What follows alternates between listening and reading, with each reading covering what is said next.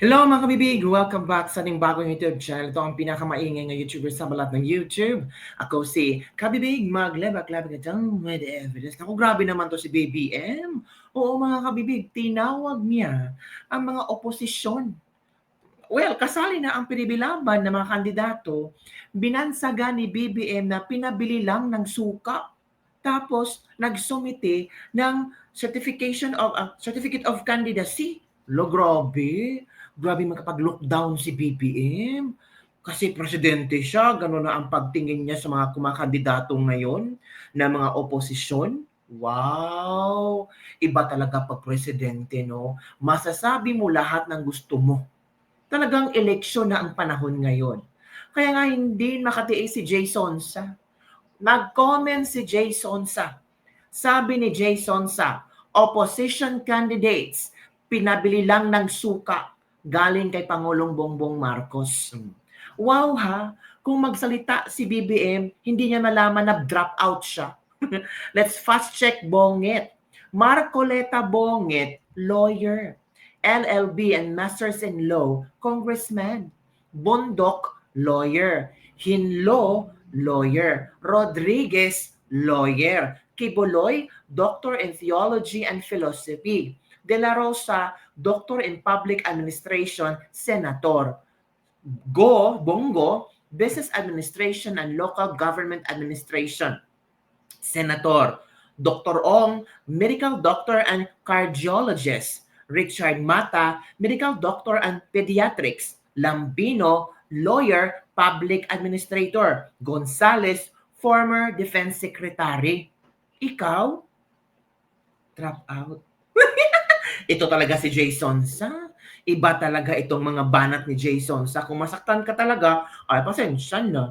'Di ba? Grabe naman si BBM kung makapagsalita. Parang walang pinagsamahan sila ng mga taong ano niya, pinagsalitaan ng ganyan, 'di ba mga kabibig? Grabe, ang sakit magsalita ni BBM. Anong nangyari kay BBM? Ba't ang sakit niya magsalita? Nako, sabi ng mga netizen, yung speech ni BBM parang hindi ayos. Kasi platform ni BBM anti-Tokhang, anti-China, anti-Pogo, anti-Kibuloy. Napanood nyo ba ang speech ni BBM?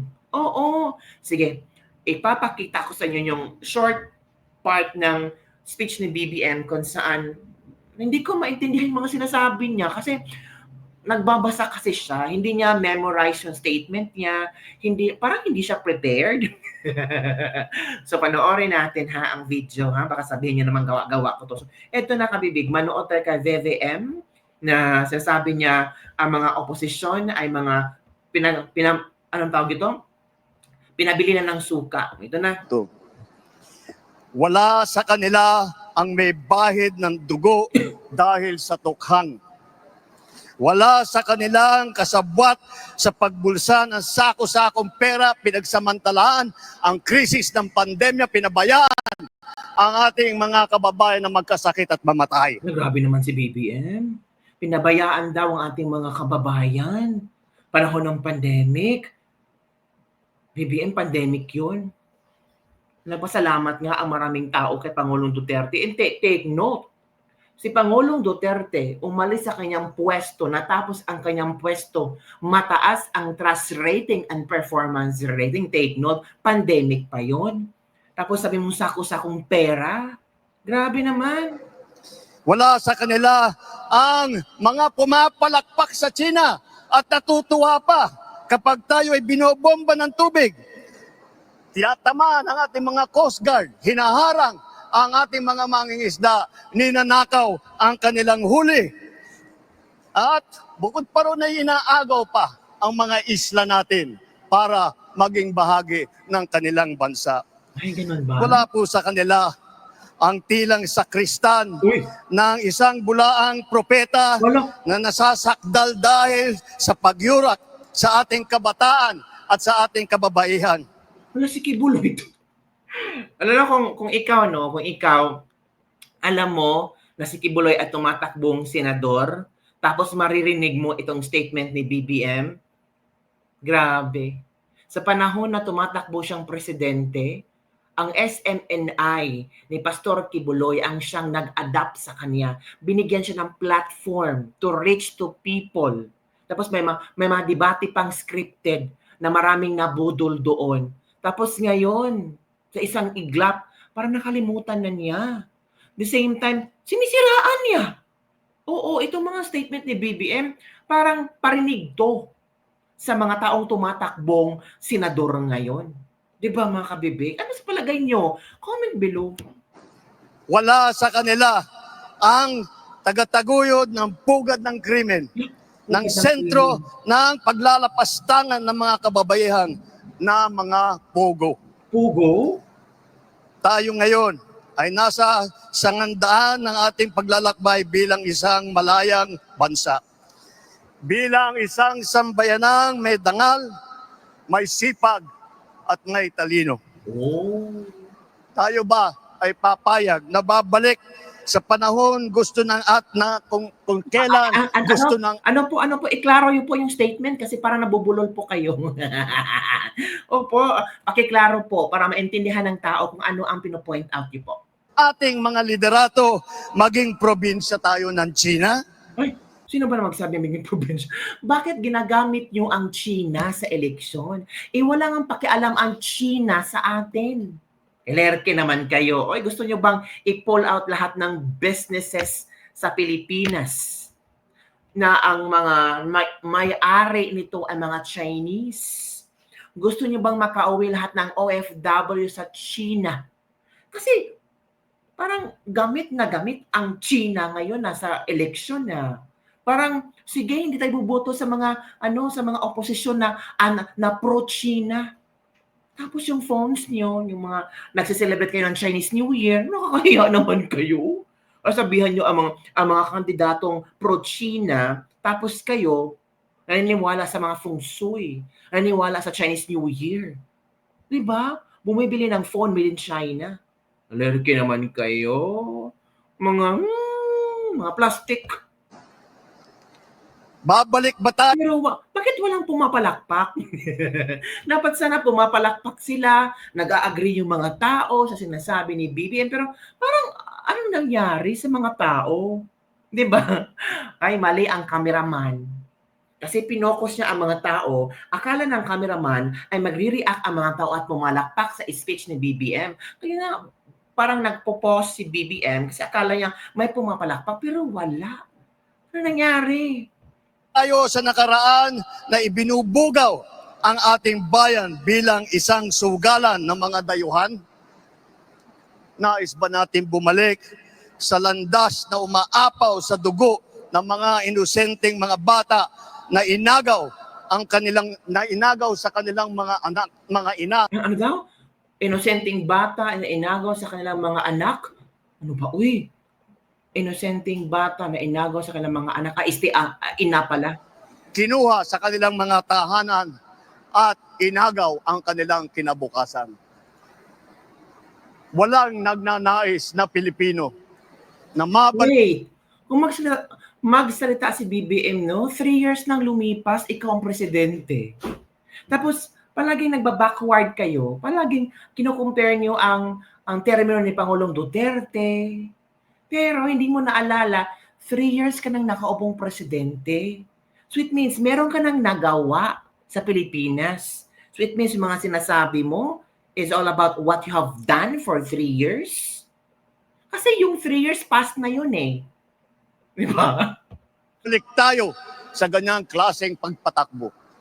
Kaya naman, makakatiyak po kayo na kapag ang ating mga kandidato ay naluklok sa Senado at sila ay nagsimula ng kanilang trabaho, asahan po ninyo na sila po ay hindi makikihalo, hindi makikilahok sa ganyang bagay na ating iniwanan na at naayaw balikan. Yung mga kabibig, parang galit na galit si BBM. Sino ba ang kaaway ni BBM? Dapat sana naging cool siya. Dapat sana maging chill lang siya. Niwi daw, sabi ni Yu Chang Vlog, 3 taon na nakaupo, wala pa rin nagawang proyekto, puro pangurakot from Abner Day. Mga komento itong mga netizen ha, naka-drawing pa daw, ubos na daw kasi ang pondo, pinag-ayuda sa mga tuwad ko. Ito pa, grabe naman si BBM, parang siyang tumatakbo. Wala sa pinipilaban ang magnanakaw at mambubudol, kagaya ng pamilya niyo at walang utang na loob. Oh, sabi ni Melanie Canha. Mga ganitong campaign, puro paninira, walang magandang resulta yan. Pinamumukha lang nila kung anong klaseng tao sila. Imbis na plataforma, anong magandang plano nila kung sila ang maluklok sa gobyerno. Puro lang paninira sa kapwa, politiko lang ang ginawa. Sa mga kapwa ko-botante, ngayong halalan, pipili tayo ng politiko na sa tingin natin may maitulong sa ating bansa. Huwag nang magpabudol. Huwag mo na kaming lokohin, nagsisisi ako na ikaw ang binoto ko from Dilarama Lars Larry. Duterte is the best president. Wala kang utak. Di mo alam mamumuno sa Pilipinas na simpleng kalamidad hindi mo na masolusyonan. Kung galit si Henry ha, no vote sa lahat ng inendorso mo. Naku po, ganit ang tao. Iisa lang ang tono ni BBM simulat sa poll. Walang laman.